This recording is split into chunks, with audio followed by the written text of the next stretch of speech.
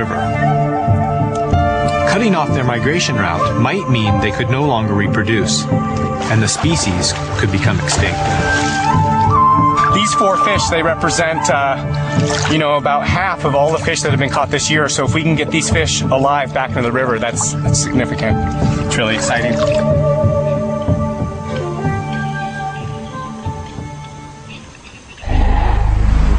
Back in the Amazon, I'm hoping my work will have similar results. Today, I'm continuing my search for giant pirarucu at Meshiana Island. I've joined a group of local fishermen who are known pirarucu experts. I'm hoping by using traditional mega fishing methods, I can finally catch my leviathan. Locals, they don't use rod and reel, they use nets and harpoons. So these guys have offered to take me out and show me how they catch pirarucu. Using this special net means we capture pirarucu without hurting them. But it also means leaving the safety of the boat. I'm a little nervous to get in the water. We also, just on the way here, we saw some caiman. A few big caiman that jumped into the water, swimming right around here. The caiman, a cousin of the alligator, can stretch up to 15 feet long and weigh almost half a ton. And they're known to attack humans. There's a good chance I won't see it coming. Its near black body makes it virtually impossible to spot in the water. And it's not the only creature here that's on my mind. Electric eels also comb these waters, growing up to 8 feet and generating a shock of 650 volts, 5 times as strong as a wall socket. The green anaconda, one of the world's largest snakes, slithers unseen down below. It reaches lengths of 12 feet and can stay underwater for up to 10 minutes. They have been known to crush full-grown caiman to death. Freshwater stingrays cruise the river like gray shadows, their poisonous barbs a danger to any who step on them. The candiru is a parasitic catfish that prowls these waters looking for a host. It's attracted to the rush of warm water from a fish's gills and swims inside. Then the candiru uses its needle-like teeth to cut into flesh and feed. Unfortunately, the candiru's eating habits can also pose a problem for male humans. It's definitely something to keep in mind as I'm waist deep in murky water.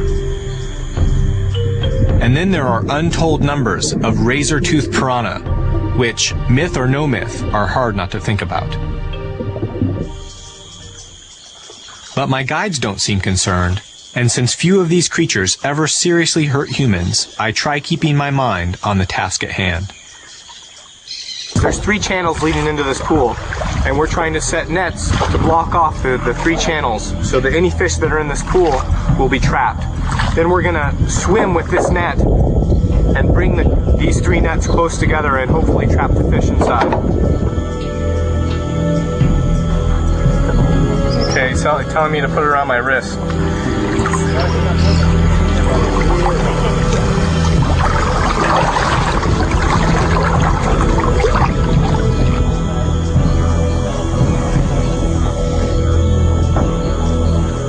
The high waters of the rainy season make it tough for me to drag this net. Oh, there's a lot of stuff down here. But they're essential to the pirarucu's reproduction. They use these protected lagoons to spawn.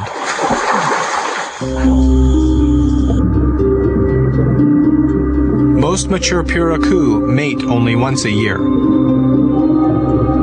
Both sexes work together, using their fins and lower jaw to dig a hole in the bottom about 1.5 feet across. Then, after up to 50,000 eggs have been laid and fertilized, the male guards the nest while the female prowls nearby to ward off predators. The father will remain with its young until they can fend for themselves.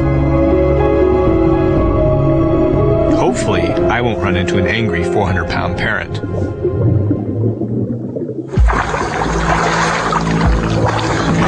Actually, pirarucu aren't what I'm worried about.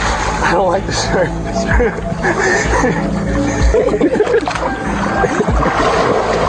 Could be anaconda, piranha, salmon, and hopefully piraku.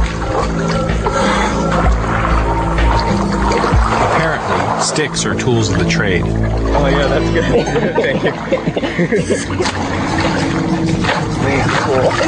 Pounding the water hopefully scares the piraku into our net, and maybe scares off the other creatures. It takes nearly half an hour to finish the first drag. And now we're ready to see what we've caught. Doesn't look like we got anything. No fish. It's a lot of work for no fish. So I assume they know what they're doing. Guess there's just no fish in here. We'll try another spot. My guides think we've scared off any piraku in this location. They think we'll have a better chance taking the nets to a new spot upstream. It's the same drill all over again.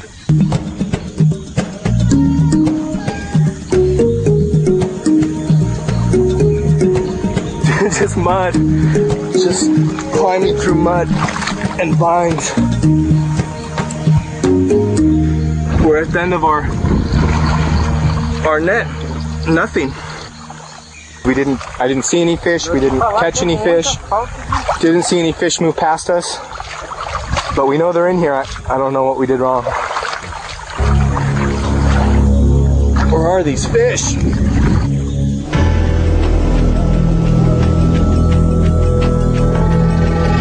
I decide to make one more attempt to catch piraku farther up the river before the sun sets completely. Maybe the third time will be the charm. The sun sets in less than an hour. We have to move fast if we hope to catch the 15-foot piraku, one of the Amazon's megafish. We're setting these nets out 500 feet apart. We're going to try to scare the fish into the net. This is our last chance. At least this time, I enjoy the relative safety of the boat. We approach the first net, strategically placed to catch any fish that run the wrong way.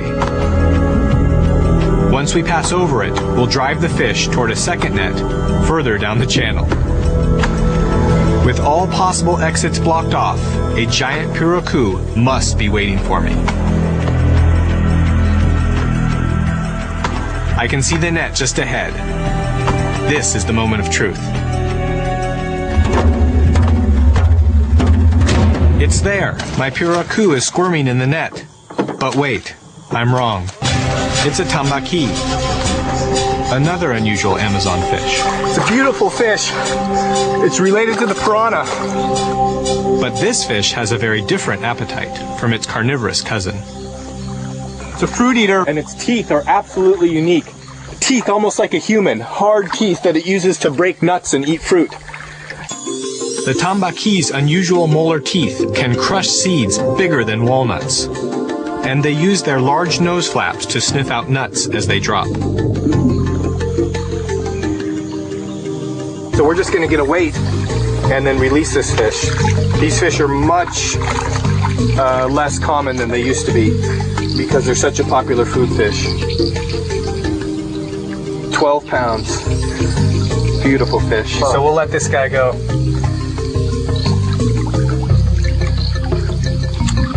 Excellent. Good job. Great catch.